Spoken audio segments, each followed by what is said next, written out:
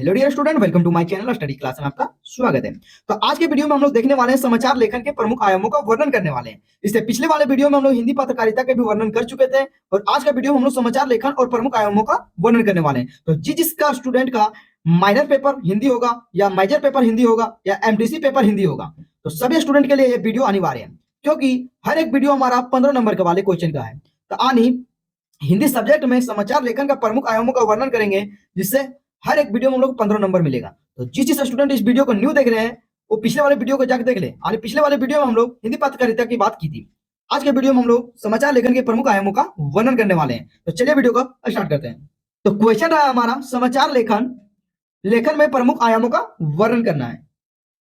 समाचार लेखन के प्रमुख आयाम कौन कौन से हैं उसके बारे में हम लोग देखते हैं। समाचार लेखन की वह प्रक्रिया जिसमें घटना, सूचना और विषय का सटीक, सरल, रोचक भाषा में लिखा जाता है ताकि पाठक और दर्शक को आसानी से समझ सके। यानी कुल मिला के कहना है कि समाचार पत्र में हम लोग को किसी घटना, सूचना, विकास के सटीक, सरल एवं रोचक भाषा में लिखें ताकि हर लोगों की अपनी अपनी भाषा में वो समझ सके और ताकि पूरी जानकारी ले सके। ठीक है, समाचार लेखन केवल जानकारी देने की सीमित नहीं है, बल्कि इसके तंत्र और संरचनाओं और प्रस्तुति के विशेष महत्व का होता है। ठीक है, समाचार लेखन एक प्रमुख आयाम यानी मुख्य पहलू इस प्रकार है, जिसमें से पहला प्रकार है हमारा तथ्यात्मक यानी ऑब्जेक्टिव एक्सोरी। ठीक है, इसमें समाचार लेखन का सबसे पहला प्रकार है। ठीक है, जबकि महत्वपूर्ण आयाम है या तथ्यात्मकता। इसका मतलब है कि समाचार में जो भी जानकारी दी जाती है वह सही और प्रामाणिक होनी चाहिए।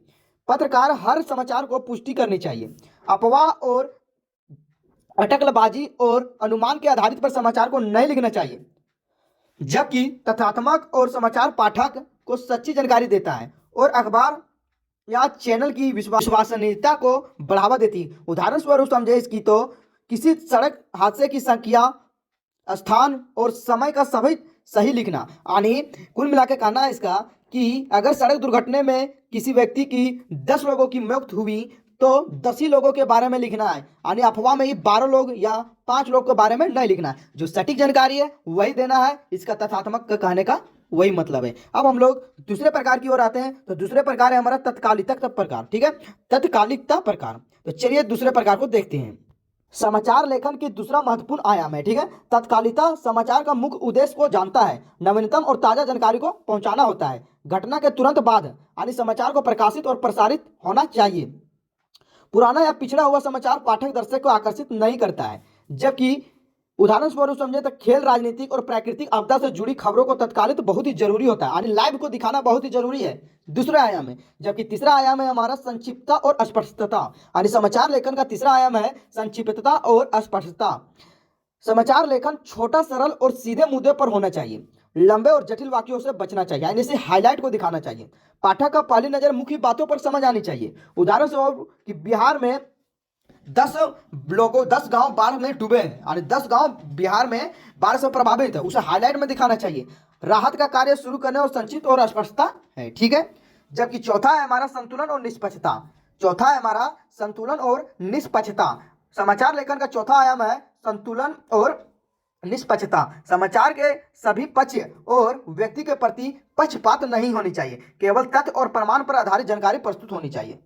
संपादक और पत्रकार का काम है कि दृष्टिकोण के माध्यम से रखना है। उदाहरण स्वरूप समझे किसी विवाद और घटना में दोनों पक्षों को राय शामिल होनी चाहिए। पांचवा है हमारा संगठन और संरचनात्मक, यानी ऑर्गेनाइजेशन एंड स्ट्रक्चर। ठीक है, यानी समाचार लेखन का पांचवा आयाम है संगठन और संरचनात्मक। समाचार को इस तरह लिखना जाना चाहिए कि मुख्य तथ्य से पहले आए और बाद में विवरण हो। आमतौर पर इन्वर्टेड पिरामिड संरचनात्मक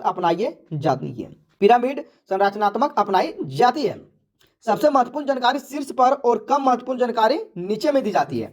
इससे पाठक जल्दी और आसानी से मुख्य बिंदु को समझ पाता है। छठा है हमारा रुचिकार प्रस्तुत।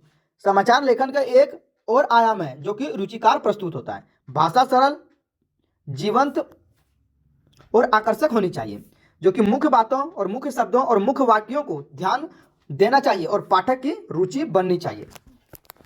जबकि यह हमारा जरूरी होना शीर्षक और हेडलाइन को छोटा सा प्रभावशाली बनाई जाता है। ठीक है, उदाहरण स्वरूप बारिश में नई दिल्ली की सड़कों पर मचाई जल जमाव की कहर। शीर्षक छोटा सा आकर्षक है। जबकि सातवां है हमारा स्रोत और प्रमाणित। समाचार लेखन का स्रोत और प्रमाणित की भी महत्वपूर्ण आयाम है। हर समाचार पत्र का स्रोत स्पष्ट होना चाहिए और संवाददाता और समाचार जैसी एजेंसियां सरकारी दस्तावेज या प्रत्यक्ष साक्ष्यों जैसी विश्वसनीय स्रोतों को आधारित होना चाहिए।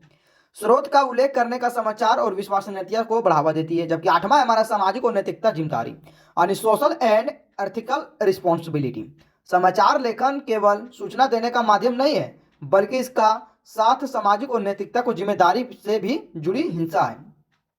अफवाह और जातिवाद, धार्मिक भावनाओं को भड़काने वाली खबरें की प्रकाशित करनी चाहिए। समाज और सकारात्मक जागरूकता को सुधार लाने वाले समाचार को प्राथमिकता दी जाती है। निष्कर्ष की बात करें तो निष्कर्ष है इसका कि समाचार लेखन के यह सभी आयाम हैं।